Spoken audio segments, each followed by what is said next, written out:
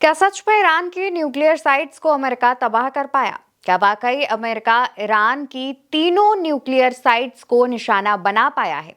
ये सवाल इसलिए भी उठने शुरू हो गए हैं क्योंकि जिन तीनों न्यूक्लियर साइट्स फोर्डो, नतांज और इस्फहान पर अमेरिका ने हमला किया, उन तक पहुंचना इतना आसान है ही नहीं।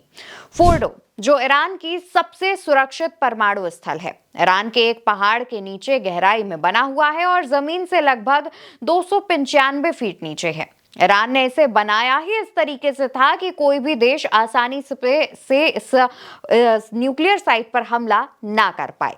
इसके बाद अगर नतांज की बात करें तो यहाँ पर 9 परमाणु बम बनाने जितना यूरेनियम मौजूद था। इस बात की जानकारी सामने आई और अगर यहाँ पर इतना ज्यादा यूरेनियम है तो जाहिर तौर पर यह भी एक सुरक्षित स्थान होगा। और इस्फहान के अगर हम बात करें तो यहाँ पर कच्चे यूरेनियम को गैस में बदलते हैं और ये भी सुरक्षित स्थान है। हालांकि दोस्तों, जब इन तीनों ही साइट्स पर अमेरिका की तरफ से हमला किया गया तो इसमें इतना नुकसान हुआ ही नहीं जितने का दावा अमेरिका और इजराइल कर भी रहे हैं। मीडिया रिपोर्ट्स के माने तो अमेरिका की जो सेना है, उन्होंने फोर्डो में न्यूक्लियर साइट पर 5 से 6 B2 बॉम्बर यानी कि बंकर तोड़ बम गिराए हैं। जबकि कहा यह जा रहा था कि अमेरिका के ये बॉम्ब्स इतने ज्यादा हाईटेक हैं और इतने ज्यादा प्रभावी हैं कि सिर्फ 2 बॉम्ब से ही फोर्डो न्यूक्लियर साइट तबाह हो जाएगी। लेकिन 5 से 6 बॉम्ब्स गिराने के बावजूद उसमें बहुत ज्यादा फर्क नजर नहीं आ रहा है। इस्फहान और नतांज की बात करें तो वहां पर 30 टॉमहॉक क्रूज मिसाइलें दागी गई हैं, जिन्हें अमेरिकी पनडुब्बियों से लॉन्च किया गया था। और इनमें भी बहुत ज्यादा जो नुकसान की बात है वो हुई ही नहीं है, क्योंकि ईरान की परमाणु ऊर्जा संस्था AEOI के मुताबिक अमेरिका के मिसाइल हमलों के बाद भी फोर्डो, नतांज और इस्फहान में कोई भी रेडिएशन नहीं हुआ है। यानी कि अगर इन पर हमला हुआ होता और हमला कारगर साबित हुआ होता तो जाहिर तौर पर रेडिएशन लीक होता। इन जगहों के आसपास रहने वाले लोगों के लिए भी अभी तक कोई खतरा नहीं हुआ है। इस रिपोर्ट में बताया गया कि ये जगहें अब भी सामान्य और स्थिर हैं। सऊदी अरब की तरफ से भी कहा गया कि ईरान पर हमलों के बाद भी इलाके में किसी भी तरह का रेडिएशन नहीं दिखा। अब दोस्तों, वापस से बात करते हैं अमेरिका की, क्योंकि अमेरिका ने जिस तरीके से ईरान के इन तीनों न्यूक्लियर साइट्स पर हमला किया, उसके बाद से ही अमेरिकी सेना और अमेरिकी राष्ट्रपति ये दावा कर रहे हैं कि ये तीनों न्यूक्लियर साइट्स पूरी तरीके से तबाह की जा चुकी हैं। लेकिन अगर ऐसा होता तो इससे रेडिएशन लीक होता तो ईरान के आसपास जो क्षेत्र मौजूद हैं, जो देश मौजूद हैं बेसिकली, उन तक ये खबर जरूर पहुंचती और उन परमाणु क्षेत्रों के आसपास रह रहे लोगों को भी ईरान जल्दी से जल्दी बाहर निकालने की कोशिश करता। लेकिन ऐसा कोई भी नजारा देखने को नहीं मिल रहा है। ईरान की तरफ से यह दावा किया गया है कि वहां पर हमले जरूर हुए हैं, लेकिन हमलों से जितना नुकसान होने के बाद अमेरिका बता रहा है, दरअसल वैसा है ही नहीं। ईरान की तरफ से दावा यह किया गया, दोस्तों तमाम ऐसे जो विदेशी मीडिया चैनल्स हैं उनकी रिपोर्ट्स में यह दावा किया गया है कि ईरान ने जो अपना यूरेनियम है वो पहले से ही इन तीनों न्यूक्लियर साइट्स से निकाल करके किसी और जगह शिफ्ट कर दिया है। फोर्डो न्यूक्लियर प्लांट के आसपास कुछ दिनों पहले कई ट्रक्स की आवाजाही दिखाई गई थी। कई जो वैज्ञानिक हैं उनका कहना यह है कि न्यूक्लियर बॉम्ब्स बनाने के लिए जो यूरेनियम इकट्ठा किया जाता है, उसको आप आसानी से कार में लेकर के भी ट्रेवल कर सकते हैं।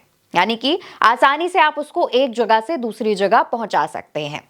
और जब वहां पर ट्रक्स की आवाजाही देखी गई तो यह दावा किया कई वैज्ञानिकों ने कि हो सकता है उन ट्रक्स के अंदर यूरेनियम रखकर उसे किसी दूसरी जगह पर पहुंचाया गया हो। दूसरी तरफ ईरान के भी कई लोगों के बयान सामने आए हैं जिसमें यह कहा गया है कि उन्हें इस बात का अंदाजा था कि इजराइल और अमेरिका ऐसा कायराना कदम उठा सकते हैं और हमारे न्यूक्लियर साइट्स पर हमला कर सकते हैं। इस वजह से हमने यूरेनियम को पहले से ही इकट्ठा करके एक दूसरी बहुत सेफ साइट पर रख दिया है।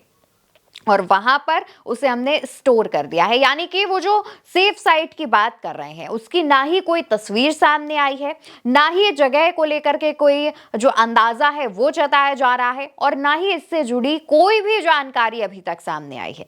यानी कि दोस्तों, ईरान ने अपना यूरेनियम अब जिस जगह पर स्टोर किया है वो पूरी तरीके से अज्ञात जगह है। ईरान के पास लगभग इतना यूरेनियम है कि उससे 9 से 10 परमाणु बम आराम से बनाए जा सकते हैं।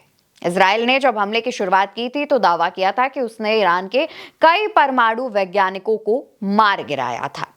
अब इसके बाद जब ये खबर सामने आती है कि अमेरिका ने न्यूक्लियर साइट्स पर हमला किया है, लेकिन उसके बावजूद अमेरिका की एक टेंशन बनी रही, और वो ये था कि वो हमला करके वापस सुरक्षित तो आ ही गए हैं, लेकिन न्यूक्लियर साइट्स पर जो रेडिएशन लीक होना था या फिर जो इम्पैक्ट पड़ना था उन हमलों का, वो हुआ ही नहीं है। और दूसरी तरफ सैटेलाइट इमेजेस की बात करें तो जाहिर तौर पर कई ऐसी सैटेलाइट इमेजेस हम आपको दिखाते हैं जिनमें हमले की बात कही जा रही है और उसका हुआ नुकसान भी दिखाया जा रहा है। फोर्डो में कई बड़े गड्ढे सैटेलाइट इमेजेस में नजर आ रहे हैं। दूसरी तरफ नतांज और अस्फहान की बात करें तो वहां पर भी कुछ ग्रेइश सा धुआं और धूल मिट्टी देखने को मिल रही है, लेकिन इससे हमला कितना कारगर हुआ है, हमले से कितना नुकसान हुआ है, ऐसा कुछ भी नजर नहीं आ रहा है। यानी कि एक बात तो साफ है कि अमेरिका ने भले ही जितनी प्लानिंग के साथ ईरान पर हमला किया हो, लेकिन ईरान पर जो भी अटैक करने के बाद अमेरिकी सेना यह दावा कर रही है कि उसने तीनों न्यूक्लियर साइट्स को तबाह कर दिया है, वो पूरी तरीके से गलत साबित हो रहे हैं। विदेशी मीडिया चैनल्स ने इस बात की पुष्टि भी की है और तमाम वैज्ञानिकों के हवाले से ये रिपोर्ट भी कवर की है। फिलहाल दोस्तों, जिस तरीके से अमेरिका और इजराइल मिल करके ईरान के खिलाफ हमला कर रहे हैं, ईरान भी इसका जवाबी मुंह तोड़ जवाब दे रहा है, और इसी तरीके से ईरान भी इजराइल पर लगातार मिसाइलें दाग रहा है। लेकिन इस पूरे वीडियो को बनाने का मकसद, इसमें जानकारी देने का मकसद सिर्फ इतना था कि ईरान के तीनों न्यूक्लियर साइट्स पर हमला भले ही किया गया हो, लेकिन उन्हें तबाह नहीं किया गया है, क्योंकि तीनों न्यूक्लियर साइट्स बहुत ही सुरक्षा के साथ बनाई गई हैं। और इन तीनों न्यूक्लियर साइट्स में भले ही सैटेलाइट इमेजेस से ऊपर ऊपर हमले के निशान दिख रहे हो, लेकिन वो अंदर, जमीन के अंदर सुरक्षित रूप से अभी भी मौजूद हैं। हाँ, कहा यह भी जा रहा है कि वहां पर यूरेनियम नहीं है, यूरेनियम को किसी और जगह पर, जो कि बहुत खुफिया है, वहां पर शिफ्ट किया गया है। फिलहाल इस पूरी खबर पर आपकी क्या जानकारी है? अगर आपके कोई भी सवाल हैं तो आप नीचे कमेंट सेक्शन में पूछ सकते हैं, और साथ ही उल्टा चश्मा यूसी को सब्सक्राइब करिएगा, जिससे ऐसी तमाम खबरें आप तक समय के साथ पहुंचती रहे।